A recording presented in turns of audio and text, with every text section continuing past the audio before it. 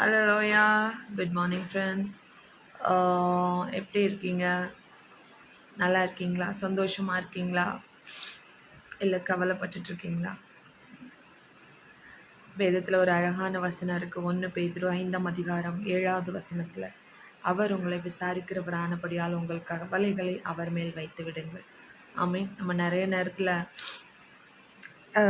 ஆண்டவர் எவ்வளோ சொல்லியிருக்காரு, கர்த்தர் மேல் உன் பாரத்தை வைத்து விடு, வருத்தப்பட்டு பாரம் சுமக்கிறவர்களே நீங்கள் எல்லாரும் என்னிடத்தில் வாருங்கள்னா கூட நம்ம என்ன பண்ண மாட்டேன்றோம், நம்மளோட வருத்தத்தை நம்மளே சுமந்து கொண்டு இருக்கோம்.